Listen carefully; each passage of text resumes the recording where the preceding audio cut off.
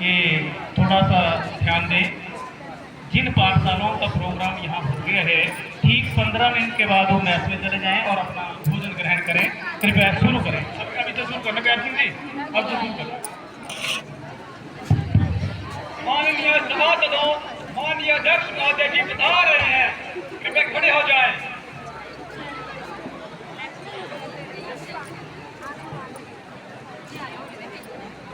माननीय सांसदों, युवा संसद के इस मासिक सत्र में आप सभी का हार्दिक स्वागत है।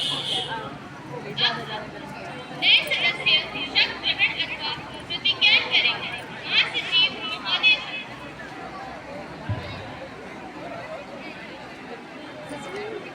और उत्तर प्रदेश के क्षेत्र से निर्वाचित हुए हैं, अब शपथ ग्रहण अथवा प्रतिज्ञा करेंगे। महोदय, आप शपथ ग्रहण करेंगे या प्रतिज्ञा करेंगे? मैं शपथ ग्रहण करूंगा। आप किस भाषा में शपथ लेना चाहेंगे? मैं हिंदी भाषा में शपथ लेना चाहूंगा। मैं अक्षय राठौर, जो युवा संसद की लोकसभा का सदस्य निर्वाचित हुआ हूँ, ईश्वर की शपथ लेता हूँ कि मैं विधि द्वारा स्थापित भारत के संविधान के प्रति श्रद्धा और निष्ठा रखूंगा, देश की प्रभुसत्ता और एकता बनाए रखूंगा तथा जिस पद को मैं ग्रहण करने वाला हूँ उसके कर्तव्यों का श्रद्धापूर्वक निर्वहन करूंगा।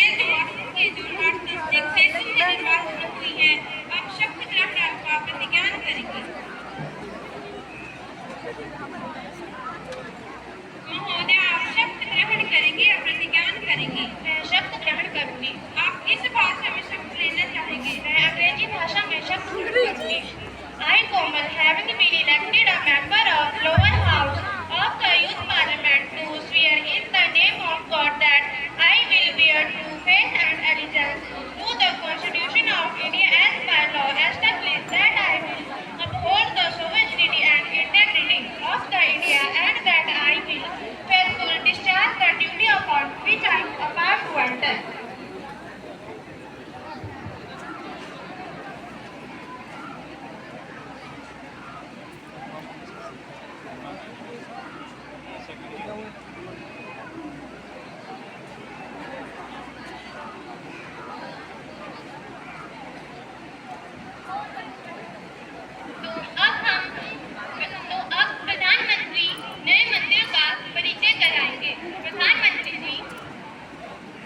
अध्यक्ष महोदय, मैं आपके माध्यम से मंत्रिमंडल के नए सदस्यों का सदन से परिचय कराना चाहती हूँ।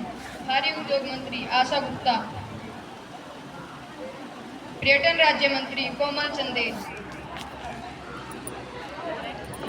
इसके पश्चात अब हम प्रश्नकाल की कार्यवाही शुरू करते हैं। प्रश्न संख्या 101 ज्योति शर्मा।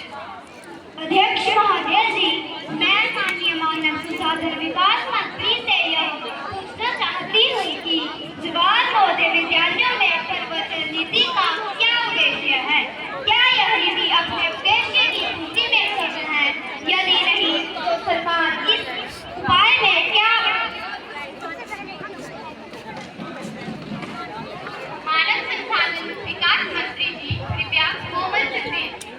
माननीय अध्यक्ष महोदय जी, मैं आपके माध्यम से माननीय विपक्ष के सदस्य का उत्तर इस प्रकार दे रही हूँ। जवाहर नवोदय विद्यालय में प्रवर्तन नीति का मुख्य उद्देश्य राष्ट्रीय एकता को मजबूत बनाना तथा विभिन्न संस्कृतियों का पारस्परिक आदान प्रदान है। यह नीति अपने उद्देश्य में काफी हद तक सफल है, लेकिन जब कभी भी इस नीति के अंतर्गत कोई स्थानीय समस्या उत्पन्न होती है तो स्थानीय कारणों को ज्ञात कर समाधान कर दिया जाता है।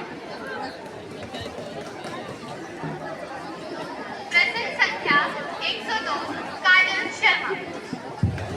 माननीय अध्यक्ष महोदय जी, क्या सरकार इस बात से अवगत है कि डॉलर के मुकाबले भारतीय रुपए का मूल्य लगातार जारी है?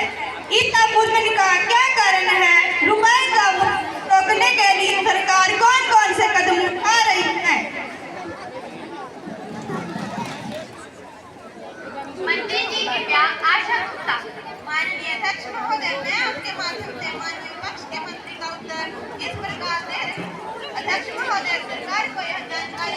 डॉलर के मुकाबले रुपए का अवमूल्यन हो रहा है। महोदय, इस अवमूल्यन का मुख्य कारण सोने के आयात में तीव्र वृद्धि है, जो चालू खाते का घाटा अधिक बढ़ रहा है। महोदय, मैं सदन को सूचित करना चाहती हूँ कि भारतीय रुपये भले ही डॉलर की तुलना में 60 के ऊपर पहुँच गए हैं, लेकिन रुपये के इस अवमूल्यन को रोकने के लिए RBI द्वारा कई कदम उठाए गए हैं।